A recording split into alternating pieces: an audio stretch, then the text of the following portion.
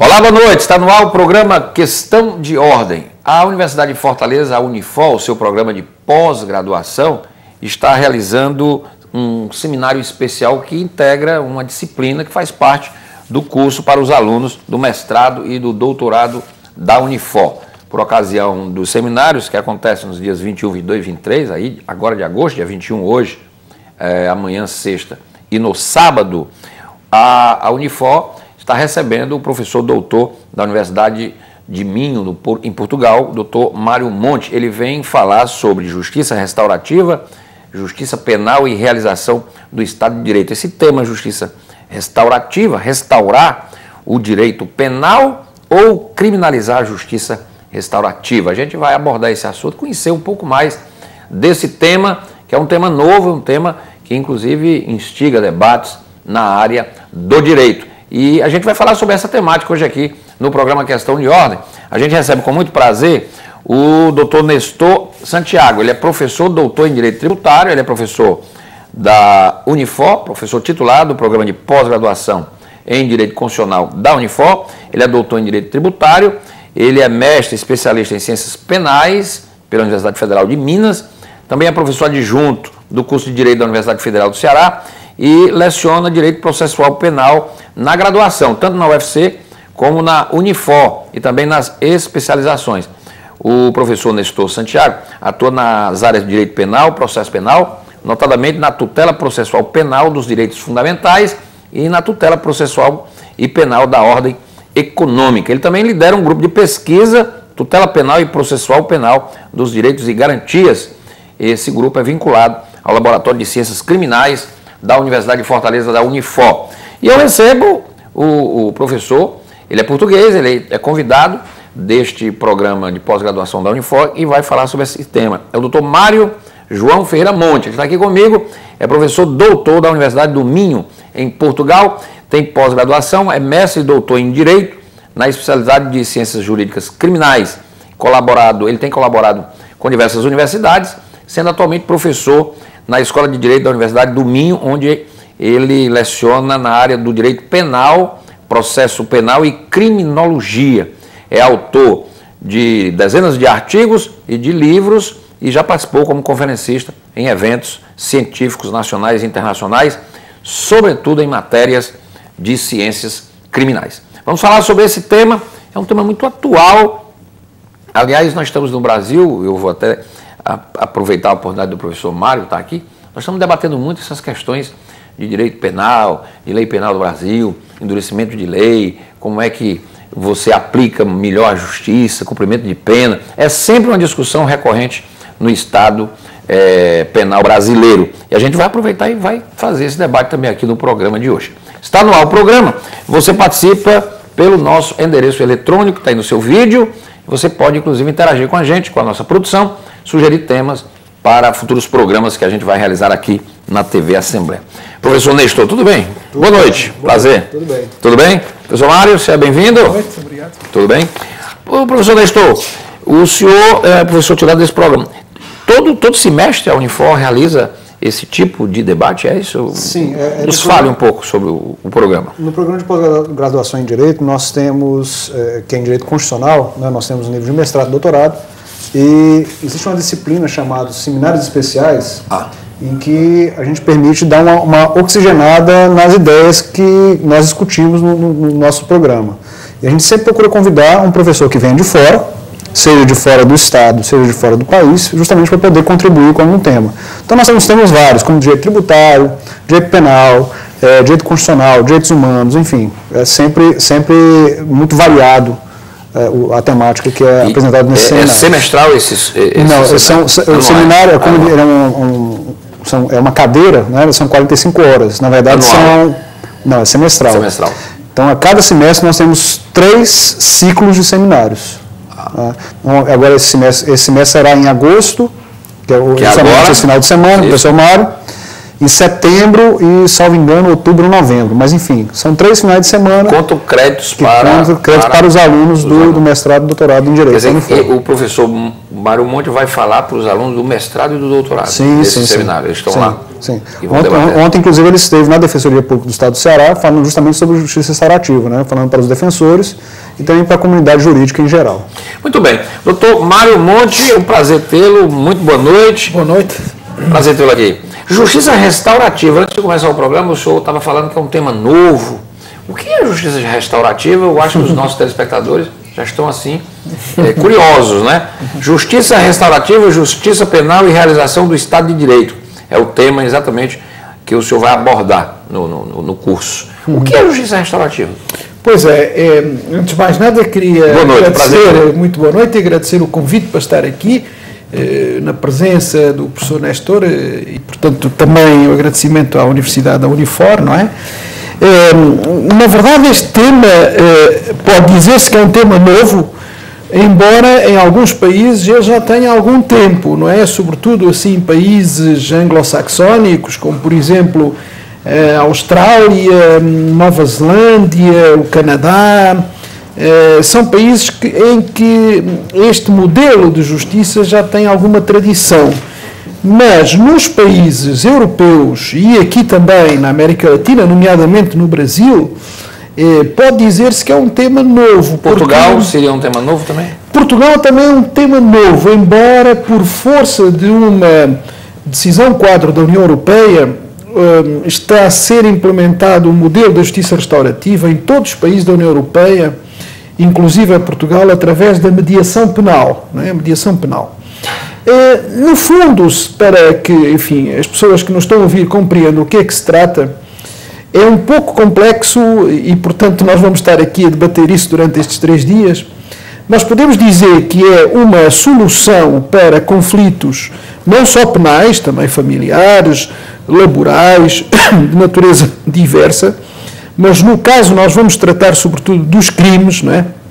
Portanto, para conflitos criminais que saem do modelo clássico, tradicional. O modelo clássico é aquele modelo em que temos o Estado que, através dos tribunais, através do Ministério Público, resolve os problemas de natureza penal, acusando as pessoas, levando-as a julgamento e decidindo sobre o caso, absolvendo ou, naturalmente,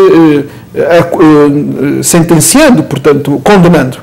No caso da justiça restaurativa, o conflito vai ser tratado, resolvido pelos próprios intervenientes no crime, nomeadamente a vítima do crime e o agressor, através de modelos que podem ser diversos, entre os quais o da mediação penal, que foge do âmbito da esfera do tradicional, da tradicional tutela do Estado, do juiz e do Ministério Público.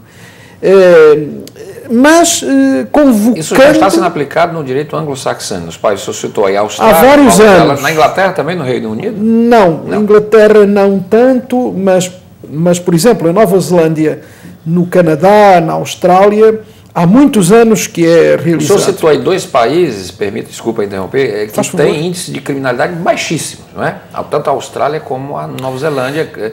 O nível de homicídios, se a gente comparar, por exemplo, ao Brasil, desprezíveis, não é? Sim, mas repare que nós temos que fazer comparações possíveis, não é?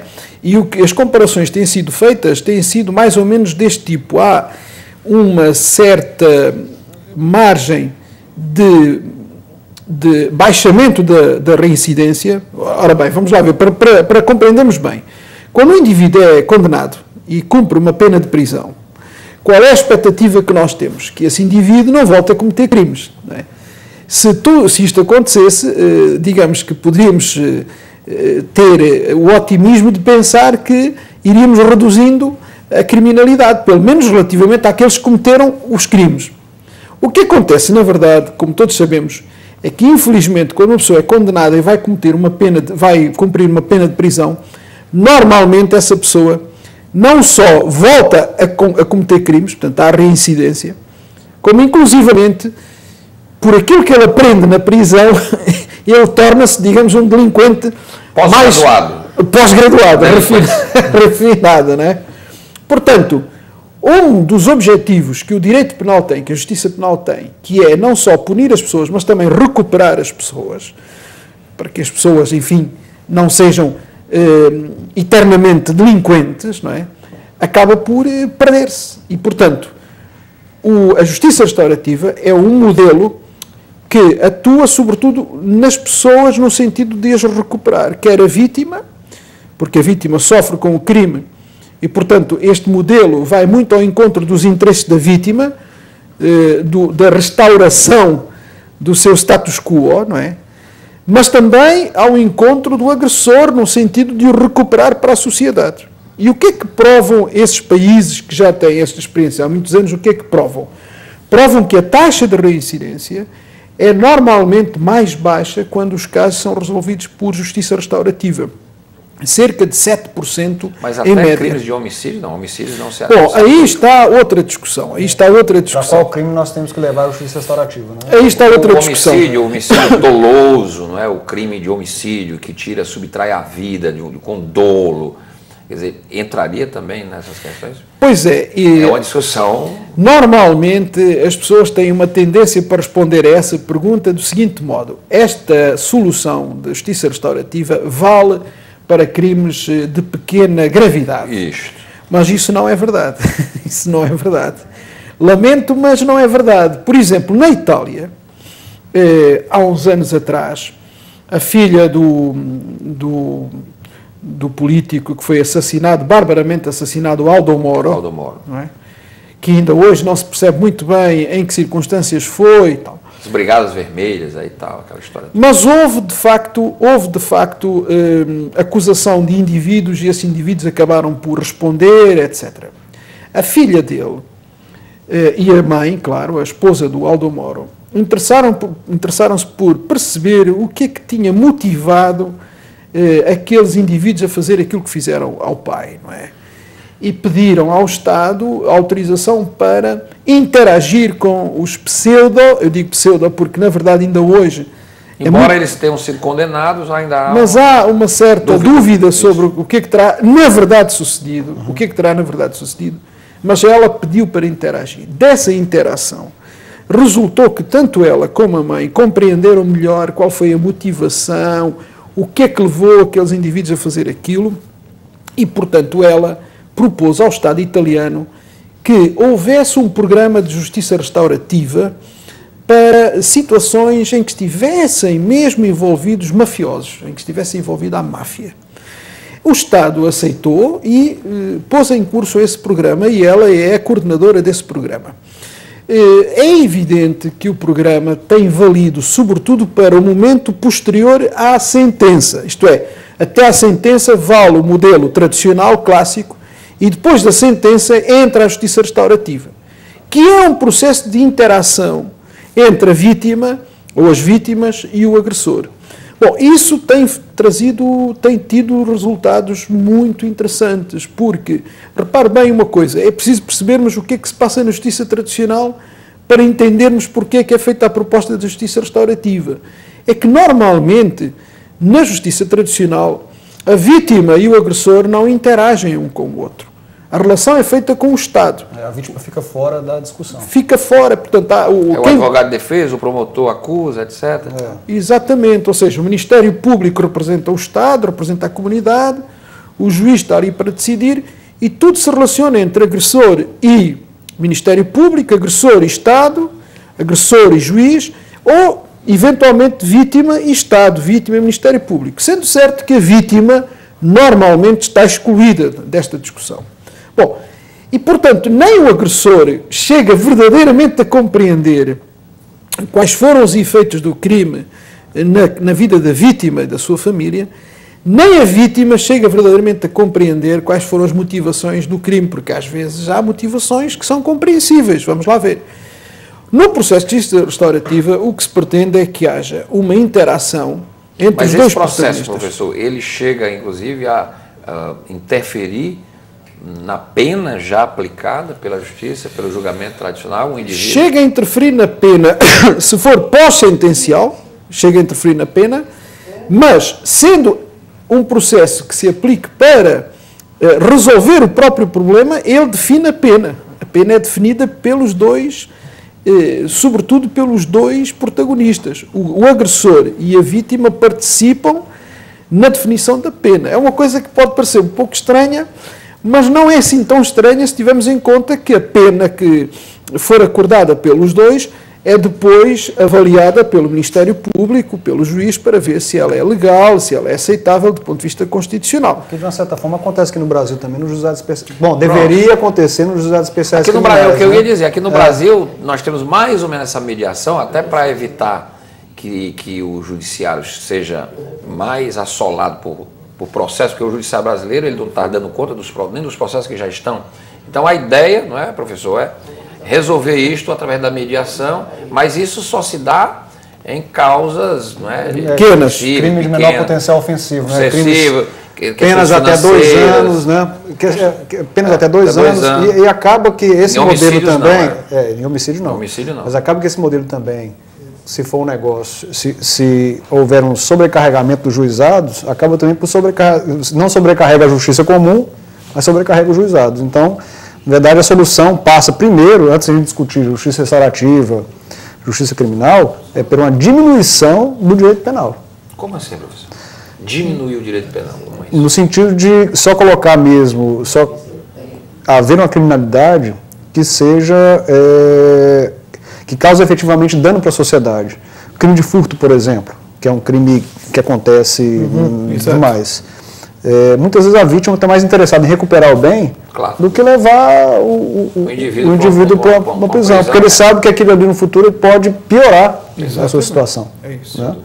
Agora, isso é interessante porque eu acho que o Brasil hoje vive esse debate devido à escalada da violência. O professor deve ter essas informações. Nós temos um país hoje assolado por índices de crime, são mais de 50 mil homicídios por ano. Quer dizer, o Brasil está numa escalada de violência. E há um clamor, o professor deve discutir isso com os alunos dele lá na Unifor, há um clamor, eu acho que a sociedade brasileira, ela perfeitamente aceita que criminosos de menor potencial ofensivo não vão para penitenciárias. Eu acho que não há sentido nisso.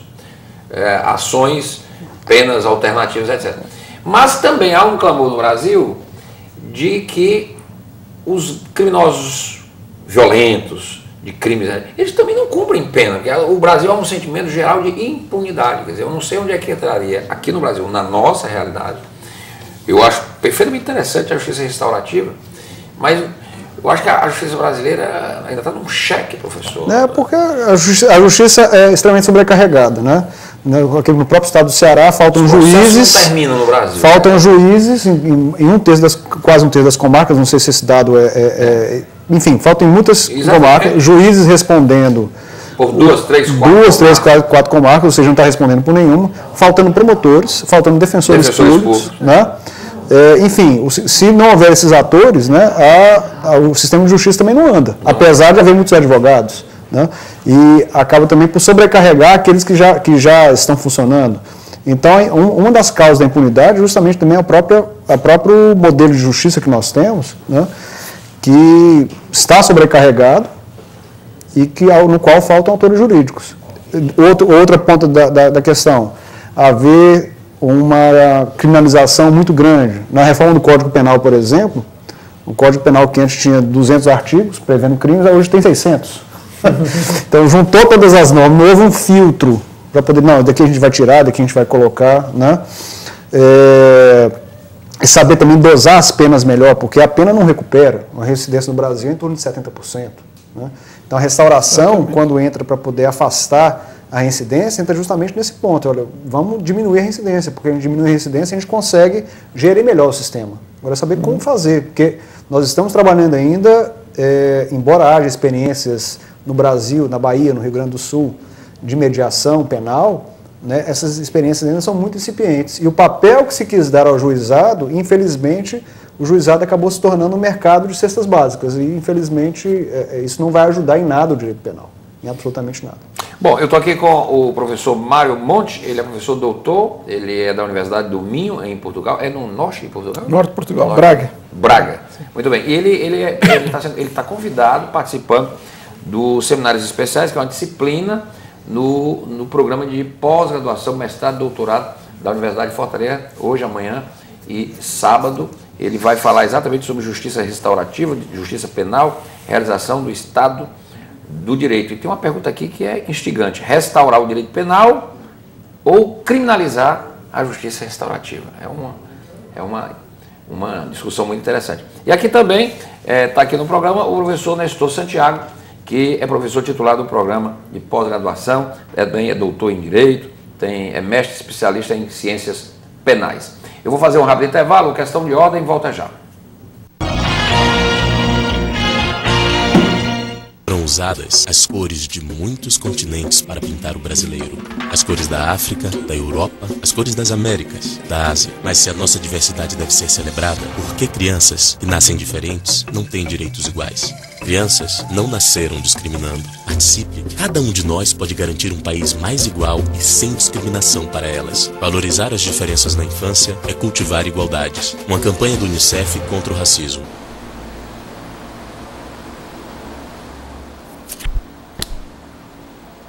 É preciso respeitar quem leva a informação até você. Uma campanha pelo livre exercício do profissional de imprensa. Você fica constrangido quando encontra uma pessoa com deficiência? Então, está na hora de mudar. Deficiência não é doença e essas dicas são para você.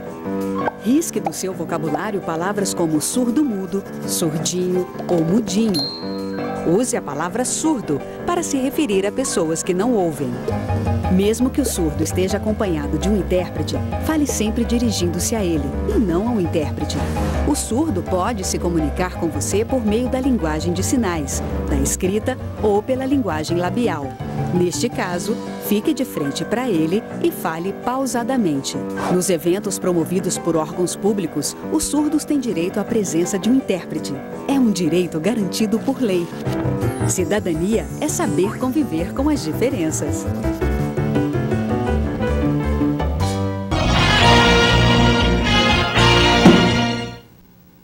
Voltamos com o programa Questão de Ordem. Hoje estamos discutindo a questão do direito penal, do direito da justiça restaurativa, da justiça penal. É tema de debate lá na Unifor para os alunos de mestrado, de doutorado, e a Unifor está recebendo um convidado especial, o professor Dr. Mário João Ferreira Monte. Ele é português, é da Universidade do Minho, em Portugal. Ele tem mestrado, doutorado em Direito, na especialidade de Ciências Jurídicas Criminais.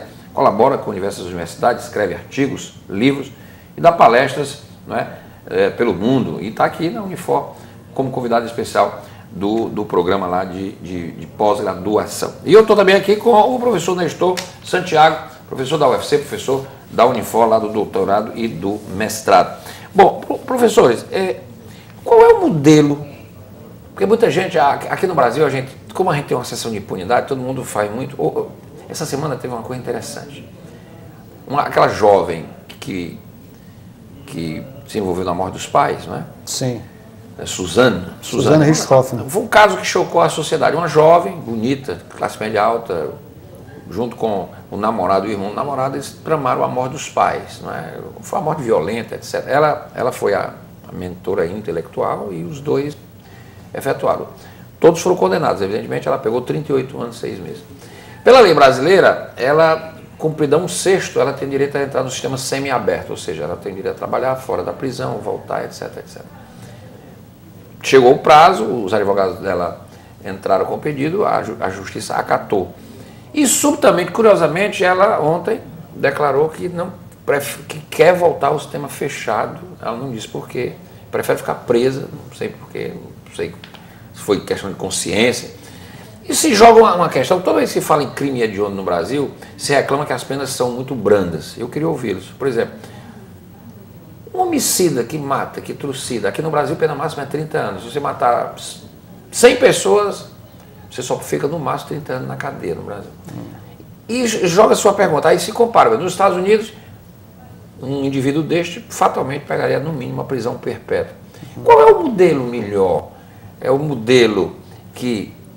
Porque nós estamos numa sociedade violenta, o ideal seria que os países tivessem uma sociedade equilibrada, com escolas de qualidade, não é?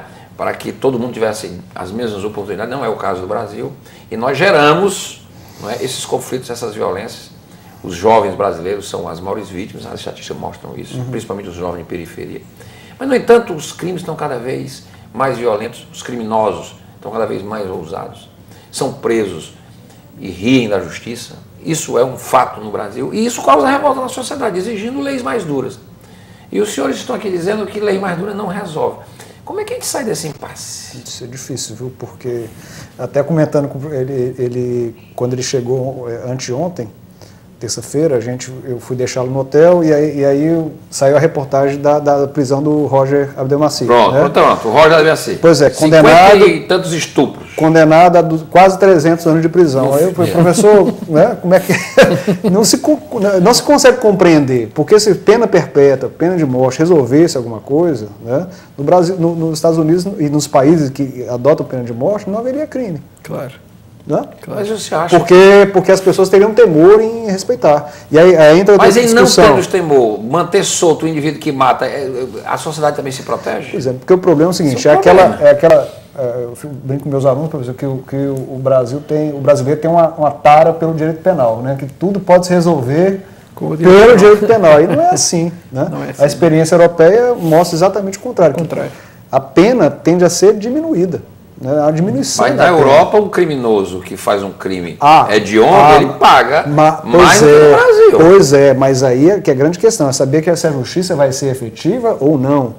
Porque se a justiça, você pode colocar pena de 400 anos de prisão, se houver impunidade em razão dos fatores que eu coloquei aqui, ou seja, por ausência de juízes, né, que é o caso o sistema judiciário não funcionar, é o caso né, e aí realmente a pessoa que tem indiferença pelo direito penal, tem indiferença pela justiça, até mesmo porque muitas vezes o contato que a pessoa tem com o Estado é através do direito penal, ele vai rir da justiça mesmo, né, e está fazendo pouco.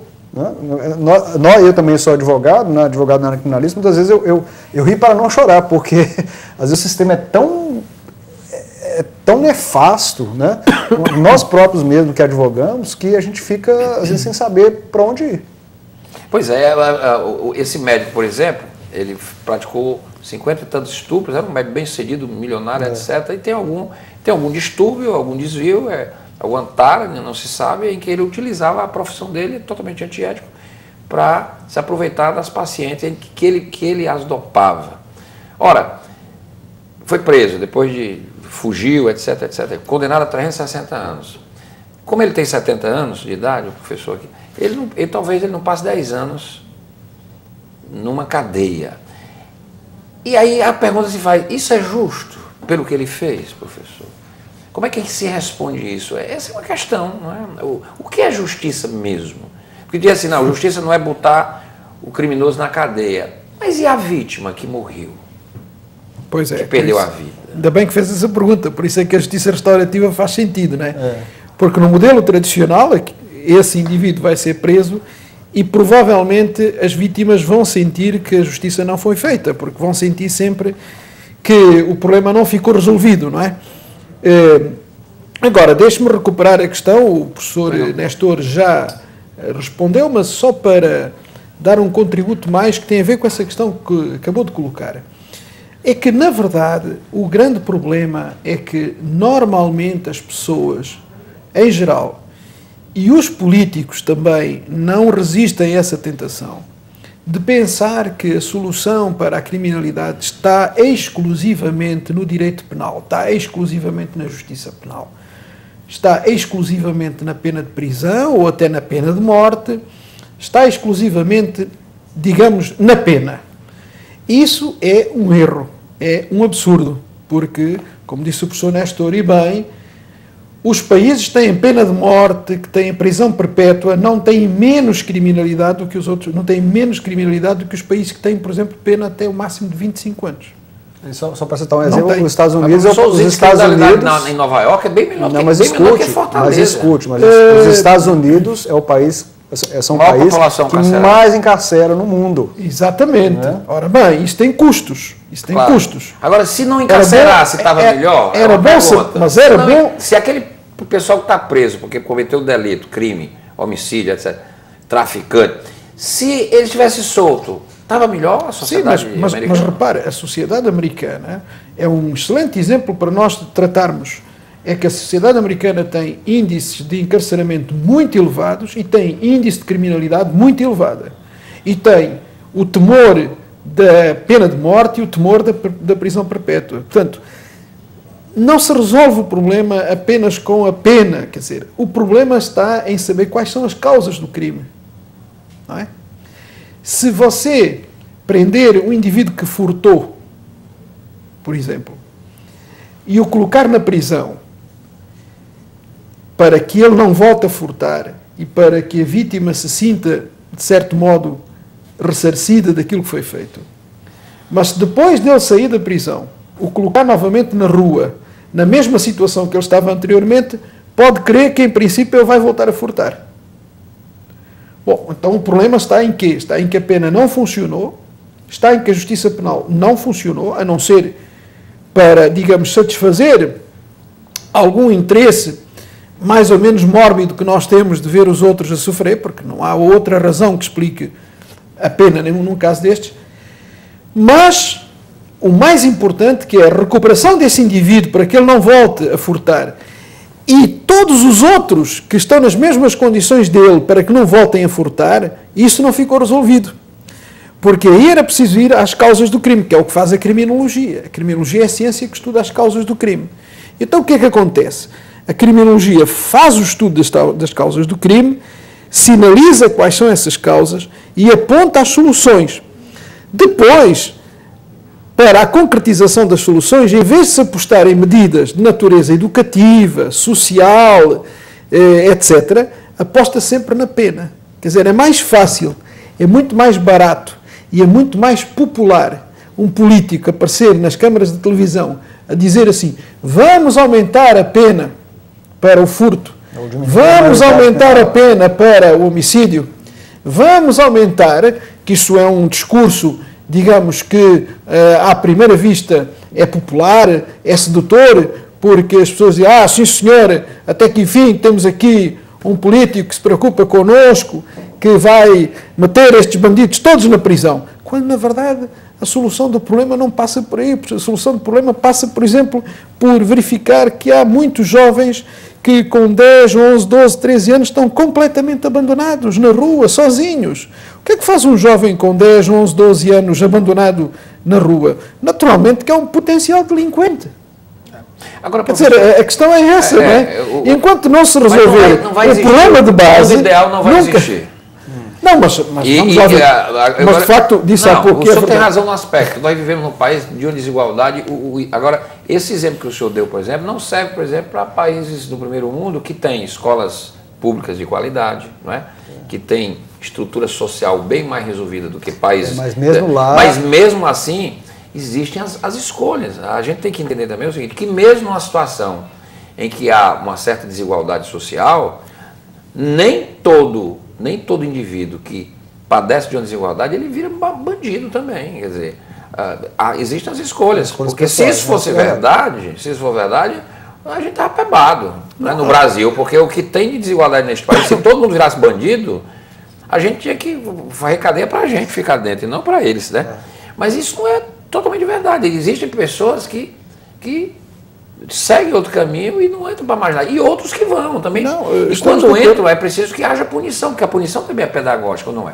Não, estamos de acordo. Vamos lá ver. O que eu quis dizer, que penso que na linha do que disse o professor Nestor, e acho que estamos de acordo, enfim, nós somos penalistas, portanto, como deve imaginar, há toda uma escola que informa tudo isto.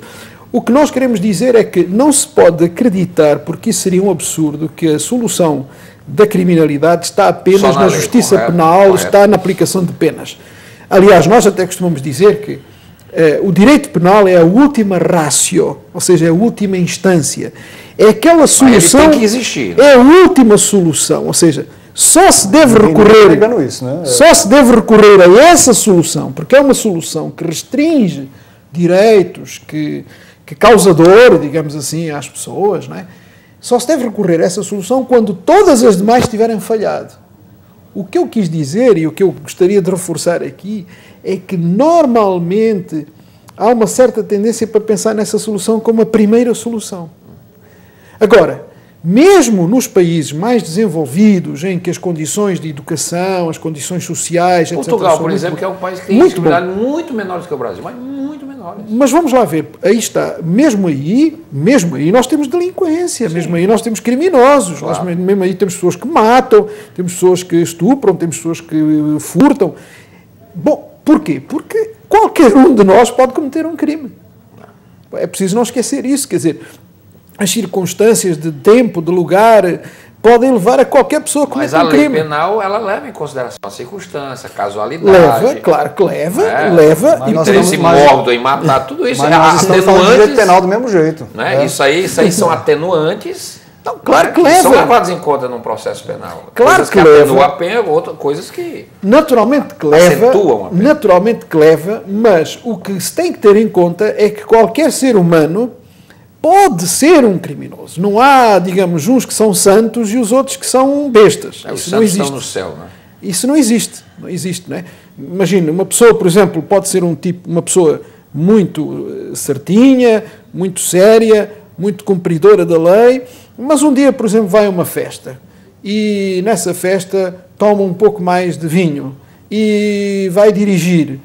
Acha que não vai haver problemas porque é de noite, não anda muito trânsito na rua e vai.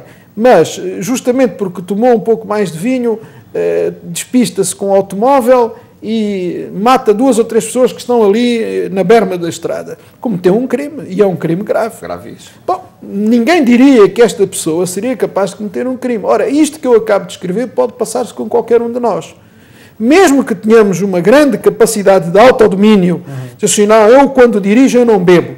Pois é, mas às vezes as circunstâncias da festa, porque vem um amigo, porque isto, porque aquilo, até acabamos por beber um pouco mais e o álcool faz o efeito que nós não esperaríamos que fizesse e cometemos um crime. E, portanto, qualquer um de nós pode cometer um crime. E o que é que se espera quando isso acontece? Que a justiça nos trate com dignidade. E, desde logo, que nos dê uma oportunidade, porque, na verdade, nós não somos criminosos natos, ninguém nasce criminoso. Claro, eu acho que eu concordo plenamente que tem que se dar a oportunidade, mas antes de dar a oportunidade, também tem que se, de algum modo, reparar o mal que foi feito. De alguma modo. Ora, porque está, a palavra reparar, a palavra reparar é muito bem aplicada. Só acabou de citar um indivíduo que, perfeito, etc, mas ele assumiu um risco ao beber, etc. Ao atropelar 3 pessoas e matar 3 pessoas, ele cometeu um triplo homicídio, ou culposo, ou doloso, e isso a investigação vai dizer. Neste caso, ele vitimou 3 pessoas, ele ceifou, talvez pode ter acabado com 3 famílias. Então, isso tem que ter um preço também. Não é o fato dele ter sido um indivíduo, até então, um exemplo de conduta, etc, mas se a gente for por esse caminho e for começar a não punir, aí a gente também não vai construir uma sociedade. Ninguém está falando em não punir. Não. A nossa sociedade vai ficar pior. Ninguém está a falar em não punir. O que nós estamos a dizer, e acho que os próprios políticos e quem faz as leis têm que ter consciência, é de que a solução que, à partida, é muito popular, é muito sedutora, de aumentar as penas, diminuir a maioridade penal. Diminuir a maioridade penal, tornar o sistema mais severo, pode não ser a solução ideal. Se não se atacar as causas do crime. Quer dizer, essa questão, para mim, é fulcral. E por isso é que nós vemos que alguns países que têm, por exemplo, como pena máxima, 25 anos, que é o caso, por exemplo, de Portugal, mas não só, a maior parte dos países europeus não têm pena superior a 25 anos. Para qualquer tipo de crime não existe pena superior a 25 anos e apresentam índices de criminalidade relativamente baixos. Porquê? Porquê que prescindem da pena de prisão perpétua? Pelas políticas públicas. Porque, de facto, há um ataque nas causas do crime. Quer dizer, há de facto aquilo que nós chamamos a prevenção do crime. E a prevenção do crime não é... Repare, eu não estou a dizer que a Europa é um oásis, entendam-me, eu já disse há pouco e repito, a Europa tem criminalidade e tem criminalidade grave, às vezes dali até vêm casos que assusta o mundo, não é? Portanto, aquele caso da Noruega, por exemplo, daquele louco que pegou naquela metralhadora e dizimou dezenas e dezenas de pessoas. Mas e esses são casos verdadeiramente patológicos. Agora, eu estou a falar do caso europeu porque é o que eu conheço melhor, não é? Portanto, estou mais à vontade de falar desse caso. De facto, há toda uma política que já leva, se calhar, dezenas e dezenas, décadas de atuação, de prevenção. E, portanto, quando se faz prevenção, e a prevenção faz-se logo dentro, nas escolas, quando as crianças são ainda muito pequenas, naturalmente que se reduz, não se apaga completamente o crime, mas reduz um pouco essa tendência para o crime. Agora, estou de acordo consigo. Quando se comete o crime, tem que haver uma reação, mas isso absolutamente de acordo. Você quer ver um exemplo? Nós nem estamos falando de direito penal. Nós vivemos um paradoxo hoje no Brasil, porque nós estamos dando mais oportunidade, né, abrindo mais espaço para a juventude estudar, etc. E mesmo assim, o crime no Brasil só cresce. Por exemplo, em Berlim, por exemplo, o metrô não tem catraca. Você passa. Cultura, né? Você passa. Botasse aqui no Brasil, ninguém mas ia pagar. todo mundo sabe que tem que pagar para poder Brasil, andar. Ninguém pagaria. Não sei, mas tem que pagar para poder andar, porque se a fiscalização vier e a pessoa estiver sem o bilhete, ela vai pagar uma multa. Ou seja, há uma certeza que é uma fiscalização de que o sistema que vai o Estado funcionar. Funciona. Exatamente. O Brasil é o contrário. Você faz o que ele diz, ele sabe que não tem fiscalização, ele sabe que a MC não passa e acabou-se. Esse é o problema brasileiro. O sistema não funciona, que o senhor acabou de dizer, os defensores públicos não estão presentes, as comarcas não têm juiz, e por aí vai. Mas, desculpem, agora, enfim, como quem está de fora tem uma outra visão, também não será... Se eu morasse no Brasil, talvez, mas desculpem dizer isto, mas também não será injusto essa autocrítica que os brasileiros fazem do seu sistema, não tendo em conta que estamos a falar de um país que tem a dimensão de um continente.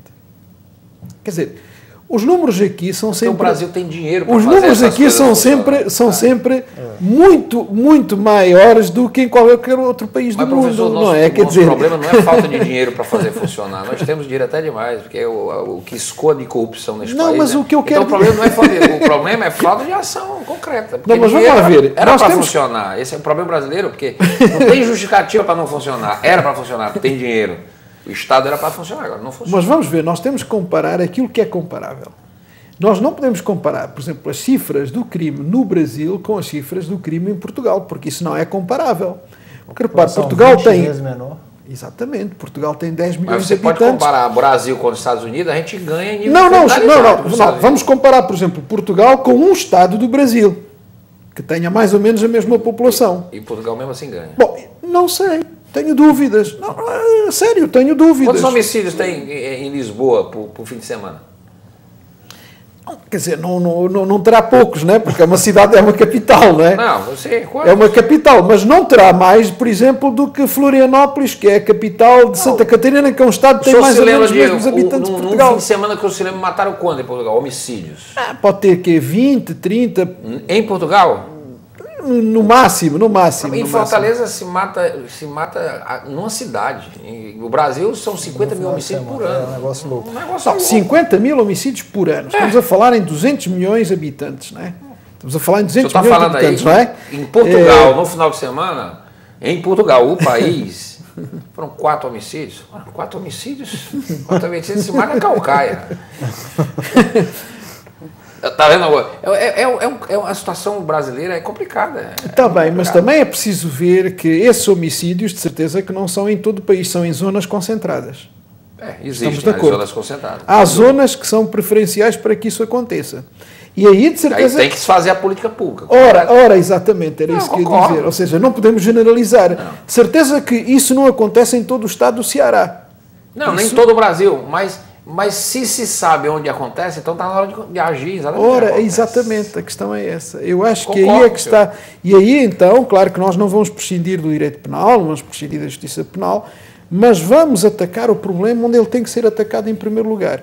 Que eu acho que é isso que faz falta, não é? Quer dizer, e a justiça restaurativa realmente é uma proposta que vai um pouco ao encontro disso. Muito interessante. Eu queria agradecer ao professor Mário Muito obrigado, professor Nestor. Muito obrigado. Parabéns à Unifor pelos eventos, pelos debates. Passarei os parabéns para a professora Gina Pompeu, que... Professora Gina, que é a que coordena. Que é a nossa coordenadora. Maravilha, maravilha. E parabéns à Unifor por trazer Muito obrigado. professor, que Muito obrigado. Com certeza vai dar uma contribuição maravilhosa ao debate. A gente teve aqui uma prévia do que os alunos do mestrado, do doutorado da Unifor vão ter a partir de hoje, nesse debate Justiça Restaurativa, Justiça Penal e Realização do Estado de Direito. Muito obrigado, muito bom tê-los hoje aqui no programa. O Questão de Ordem fica por aqui, a gente volta amanhã. Até lá.